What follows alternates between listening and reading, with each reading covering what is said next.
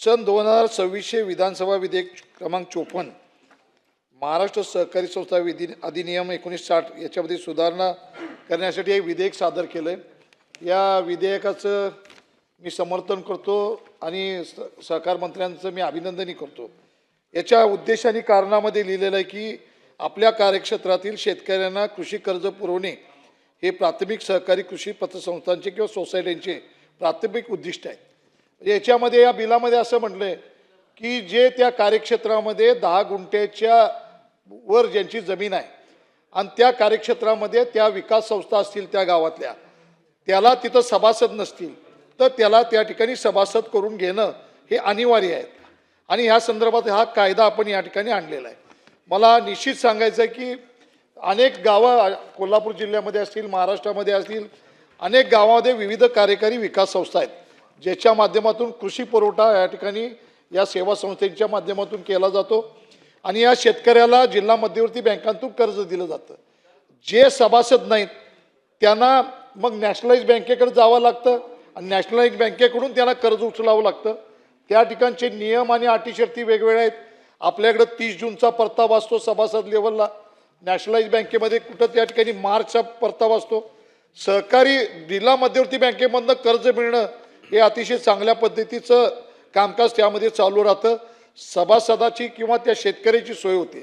मला वाटतं की निश्चित पद्धतीनं आपल्याला 10 गुंठ्यापेक्षा वर असणाऱ्या शेतकऱ्याला जर एखाद्या कार्यक्षेत्रामध्ये गावामध्ये विविध विकासकारी संस्था असेल, त्या ठिकाणी 2 संस्था असतील त्याच्यामध्ये नियम घातला की एखाद्या संस्थेला सभासद असेल तर दुसऱ्या संस्थेला होता येत नाही, बरोबर आहे। परंतु ज्या तो सभासद नसेल कुठंच तर त्याला सभासद करून घेण्यासाठी आपण कोणत्या पद्धतीनं अर्ज करायचा, त्या संस्थेकडे अर्ज केला तर त्या ठिकाणी ती संस्था सभासद करून घेत नाही।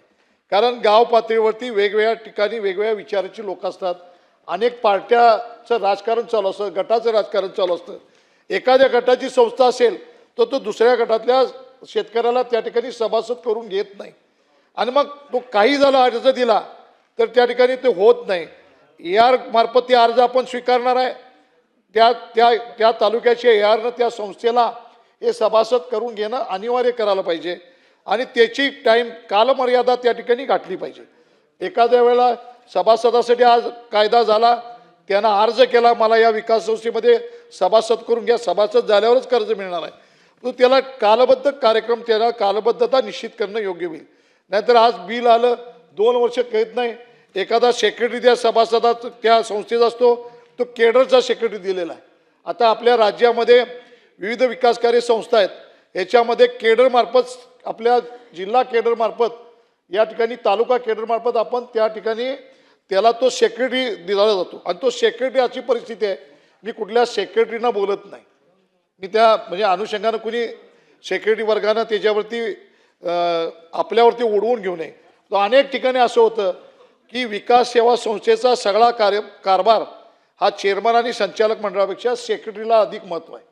दप्तर सगळं सेक्रेटरीकडे असतं आणि मग तो सेक्रेटरी सभासद करून घेतो का नाही घेतो त्याच्या मर्जीवरती राहतं, त्या गटाच्या मर्जीवरती राहतं। मला वाटतं की हे विधेयक अतिशय चांगलं आहे, याला कालबद्ध वेळेमध्ये त्या संस्थेला सभासद करून घेण्यासाठी ARकडे अर्ज करावा का त्या संस्थेकडे अर्ज करावा याची निश्चित आपल्याला कल्पना मंत्री महोदयांनी या बिलाच्या माध्यमातून द्यावी। त्याचबरोबर मला आपल्याला या बिलामध्ये हा विषय नसला तर या सहकार खात्याचा संदर्भात विषय आहे। आपल्याला कल्पना आहे की कलम 69 आपल्या महाराष्ट्र या सहकारी अधिनियम 1960 मध्ये कलम शक्यतो 69 अन्वये आपण महाराष्ट्रामध्ये असणारी केडर व्यवस्था ही बरखास्त केली होती। केडर बरखास्त केलं होते, सेक्रेटरी राहिलेले नव्हते, परंतु गेल्या 2 वर्षापूर्वी परत या ठिकाणी केडर अस्तित्वात आणलं आणि मला वाटतं की संस्थांना सेक्रेटरी देत असताना केडरमार्फतच सेक्रेटरी दिला जातो। आज माझ्या जिल्ह्यामध्ये कोल्हापूर जिल्ह्यामध्ये सर्वसाधारण आत्ताच्या घडीला 915 सेक्रेटरी आहेत आणि विकास संस्थांची जर संख्या घेतली तर एक सेक्रेटरीला 3 संस्था दिलेत, 3 संस्था। या राज्यामध्ये 4000च्या आसपास या कृषीपूरक सेवा संस्था आहेत आणि मला वाटतं एका सेक्रेटरीकडे 3 संस्था आहेत, तो त्याचा कारभार बघू शकत नाही। माझी कुठेही सेक्रेटरीच्या विषयी अडचण नाही, परंतु आम्ही संस्था सुद्धा जॉय वर्गणी भरतो मंत्री महोदय। या केडरच्या सेक्रेटरींचा पगार वागवायसाठी जॉय वर्गणी म्हणून आपण संस्थांच्याकडून घेता आणि त्या सेक्रेटरींचे पगार या माध्यमातून केले जातात. माझी मध्यंतरी मागणी आपण केली होती की केडर बरखास्त केलं तर निश्चितपणे आमची अडचण नाही, परंतु केडर त्या ठिकाणी असणारे जे सचिव आहेत या सचिवांना सहकार खात्याकडे वर्ग करून घ्या. कारण अलीकडच्या काळामध्ये आमचा सगळा कारभार हा केडरच्या सचिवांच्या मार्फत केला जातो संस्थेचा. त्याला केडरमध्ये जिल्हा मध्यवर्ती बँकेमध्ये आज DDR त्या केडरचे प्रमुख आहेत आणि मला वाटते सहकार खात्याकडे सुद्धा आज कर्मचाऱ्यांची संख्या अपुरी आहे, त्यांचंही नुकसान होऊ नये.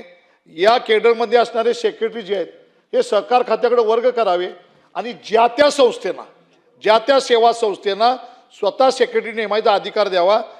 कमी पगारामध्ये ते सेक्रेटरी नेमू शकतील, त्या सेक्रेटरीवरती त्या संस्थेचा वचक राहील आणि मग ते त्या ठिकाणी योग्य तऱ्हेने कारभार जाईल.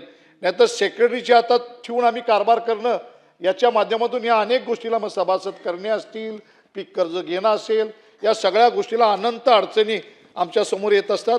मला वाटतं हे बिलामधला जरी विषय नसला तरी मंत्री महोदयाने नवीन बिल आणावं, ज्या त्या संस्थेला सेक्रेटरी नेमायचा अधिकार द्यावा.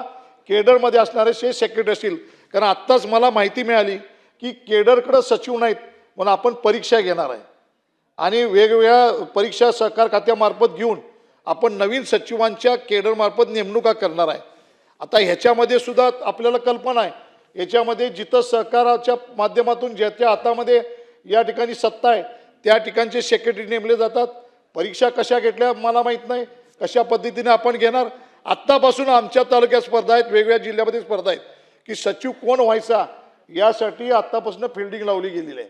त्यामुळे सहकार मंत्री महोदयांना माझी विनंती आहे की त्या सेक्रेटरींचं नुकसान होतं. केडरच्या सर्व संघटनेने तुमच्याकडे मागणी केली, या जिल्ह्याच्या आणि वेगवेगळ्या महाराष्ट्रातल्या राजकारणाला हे सेक्रेटरीसुद्धा कंटाळीत होता आणि त्यांनी सुद्धा मागणी आपल्याकडे केली की आम्हाला सहकार खात्याकडे वर्ग करा. काय 4000 म्हणजे जास्त संख्या नाही आहे सहकार खात्याकडं. आपल्याकडे मागणी पण आहे, आपल्याकडं सहकार खात्यामध्ये मागणी आहे. मला कल्पना आहे की अर्थ खातं पहिलं टिप्पणी लिहिणार की राज्याची आर्थिक परिस्थिती बघता असा निर्णय करता येणार नाही, अशा पद्धतीचं सचिवांच्याकडनं अर्थ खात्याचे येणार. परंतु या राज्यामध्ये विकास संस्थेचा कारभार हा ग्राउंड रूटवर चालतो. ते सभासद करणं, त्याचं कर्ज पुरवठा करणं हे अतिशय चांगल्या पद्धतीनं व्हायचं असेल तर ह्या गोष्टी इथून पुढच्या काळामध्ये केल्या पाहिजेत. जर प्राथमिक दूध संस्था जर आमच्या असतील, वेगवेगळ्या पतसंस्था असतील, इथं नेमायचे कर्मचारीचे अधिकार जर त्या संस्थेला असतील तर निश्चितपणे त्या विकास संस्थेला स्वतः सेक्रेटरी नेमायचा अधिकार त्या ठिकाणी हा संस्थेलाच असला पाहिजे.